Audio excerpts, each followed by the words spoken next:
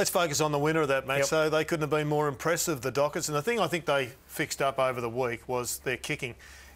In round one against Port Adelaide, it was horrendous. They still got across the line, but they hit targets, and I thought the usual suspects, Mundy and Fife, Hill, etc., really started to play some excellent football. I've got to say, I was super impressed watching him on the weekend because you try to look through, you know, all aspects of the team. They don't look to have too many weaknesses. They've got good key position strength down back. They've got good... if Pav keeps playing the way he is, that forward line looks potent when you throw in the smalls of Walters and Ballantyne and Main starting to get into a bit of form. Tabner they introduced there. And the midfield is dominant. As you said, you can add Barlow to the mix there, and they've got a few others. Subin and Neil and Daniel Pearce.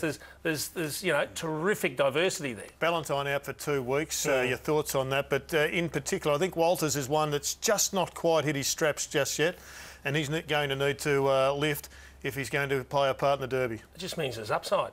So they've still got some players that can lift and improve. They're going to be without Ballantyne for a couple of weeks, but they're travelling all right. They are right in the mix. Not worried about their defence, a bit undersized? No, in actual fact, I like what Ross Lyon's doing. He's happy to play a little undersized because it's very rare that a team needs 3 key defenders. Even against Geelong, where they played Clark, they played Stanley, they played Hawkins forward, it's very rare that a third string key forward will rip you apart. So they just play a mid-size, and in particular we saw Ibbotson was one of them, also Sutcliffe at different stages, Lee Spur did it. They'd rather have a running, rebounding mid-size that can actually launch counter-attack from defence rather than worrying about getting torn up, you know, by a third key forward who's not their first or second stringer.